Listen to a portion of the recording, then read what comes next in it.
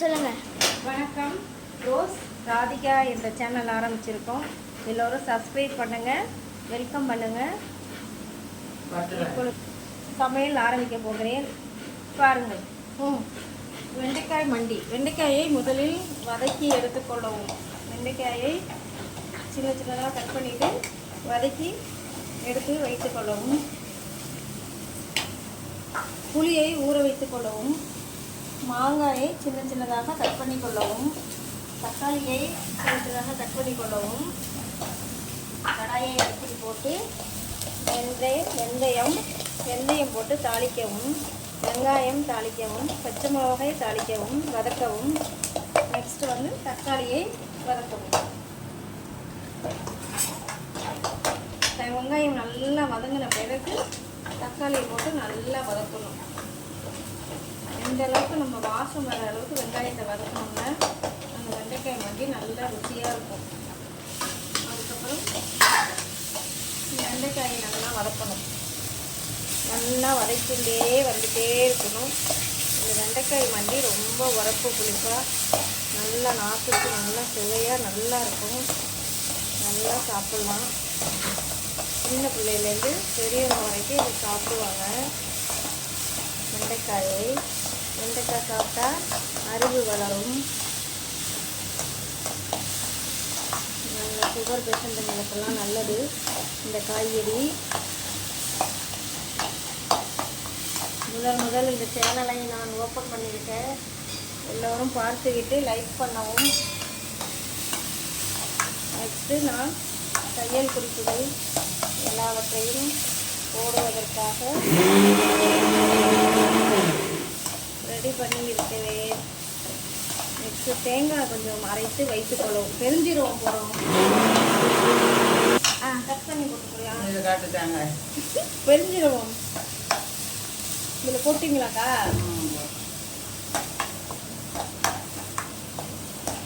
தேங்காயை வதக்கி தேங்காயை மிக்சியில் அரைத்து பெருஞ்சீரகம் அரைத்து வைத்துக்கொள்ளவும்.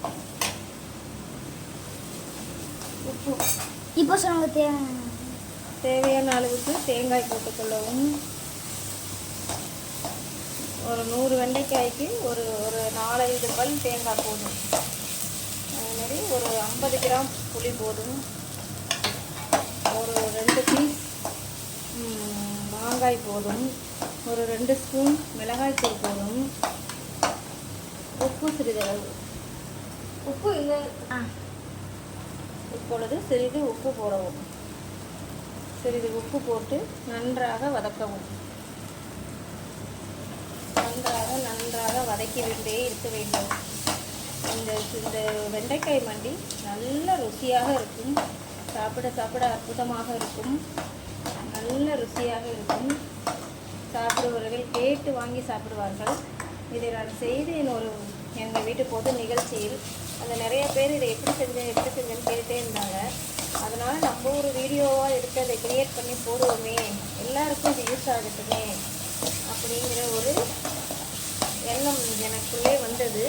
அதற்காக என்னுடைய உறவினருடைய குழந்தை ஒருத்தர் நீங்கள் போடுங்க, நான் வீடியோ எடுக்கிறேன் அப்படின்னு சொன்னான். சரின்னு நான் போட்டுருக்கேன். இப்போது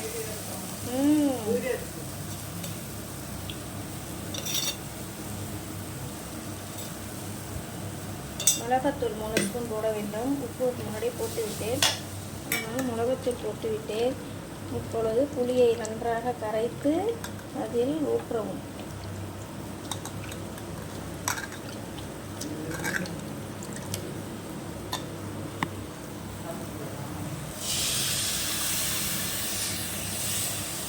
புளியை நன்றாக கரைத்து ஊற்ற வேண்டும்.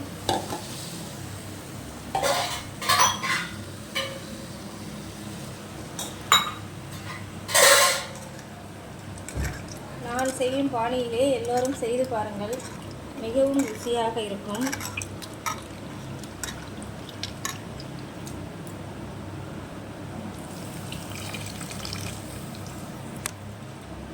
நன்றாக கொதித்து வரட்டும்.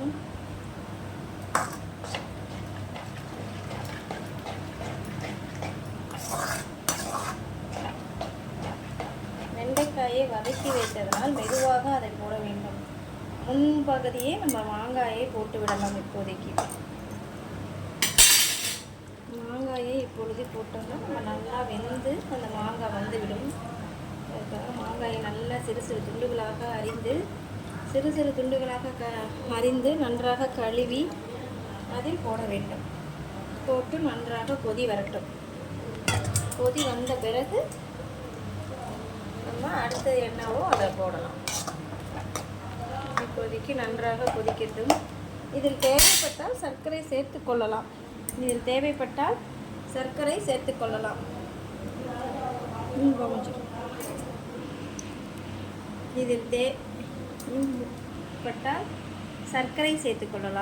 பருப்பு வேக வைத்த பருப்பையும் சேர்த்துக்கொள்ளலாம்.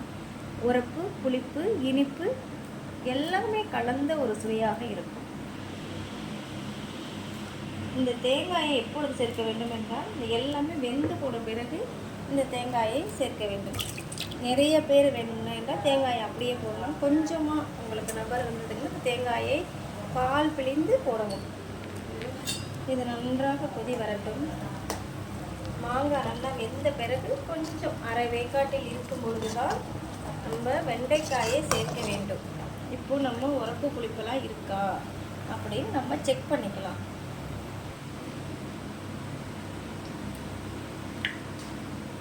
உப்பு மட்டும் கொஞ்சம் பத்தவில்லை, உப்பு போட்டால் சரியாகிவிடும்.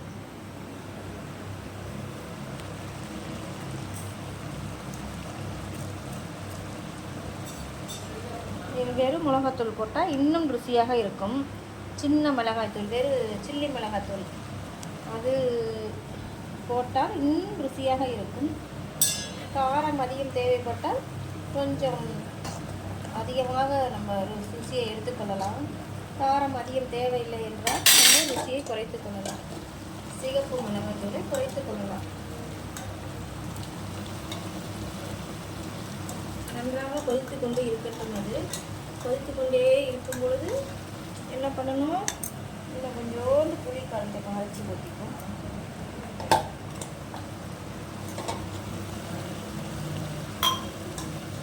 எந்த சமையலுமே கொஞ்சம் பக்குவமாக செய்தால் ருசியாக தான் இருக்குது.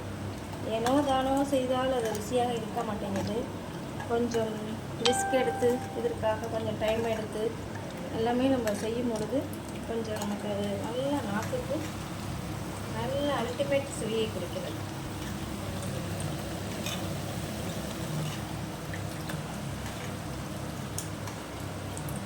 இது எங்கள் வீட்டில் ஃபங்க்ஷனில் நாங்கள் சேர்த்துக்கொள்வோம். எல்லோரும் சேர்த்து எல்லா ஃபங்க்ஷனுக்கும் இதை சேர்த்துக்குவோம்.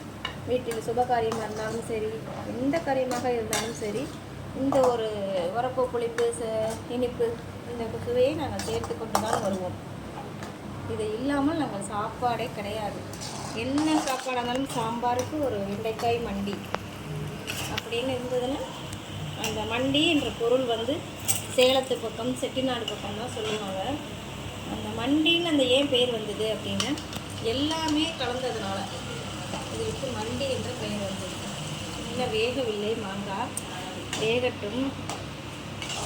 அதுக்குள்ளே கொஞ்சம் நேரம் ஆகட்டும்.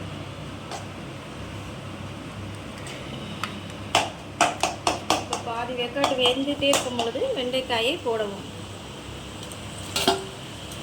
ஓகே, வெண்டைக்காயை போட்டாச்சு. இதில் தேங்காய் பாலை புழிந்து தேங்காயை பெருஞ்சீரகம் வைத்து அரைத்து கொண்டு விட்டேன். இதை நம்ம போட வேண்டியதுதான். அப்படியே போட்டால் நமக்கு சதன்னு இருக்கும். அதுக்காக நம்ம என்ன பண்ணணும், இதை பாலாக பிழிஞ்சு விட்டுணும். பாலாக பிழிஞ்சு விட்டும் போது இன்னும் நமக்கு ருசியாக இருக்கும். அந்த ருசியை கூட்டி கொடுக்கும். பாலாக பிழிந்து விடவும். பாலாக பிழிஞ்சு விட்டோம்னா இந்த வெண்டைக்காய் மண்டி இன்னும் ருசியாக இருக்கும்.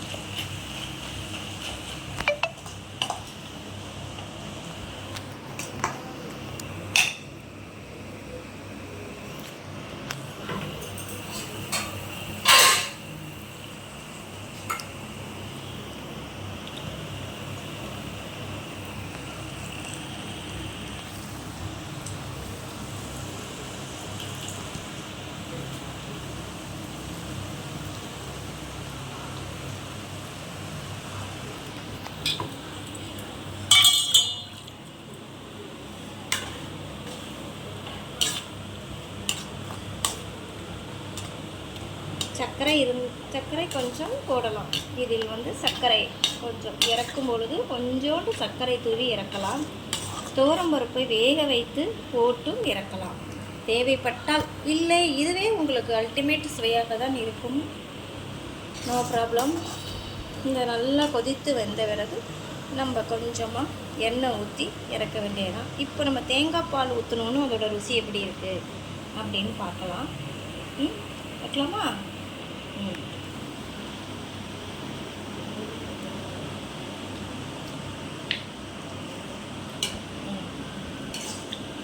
ருசி நல்லா இருக்கு.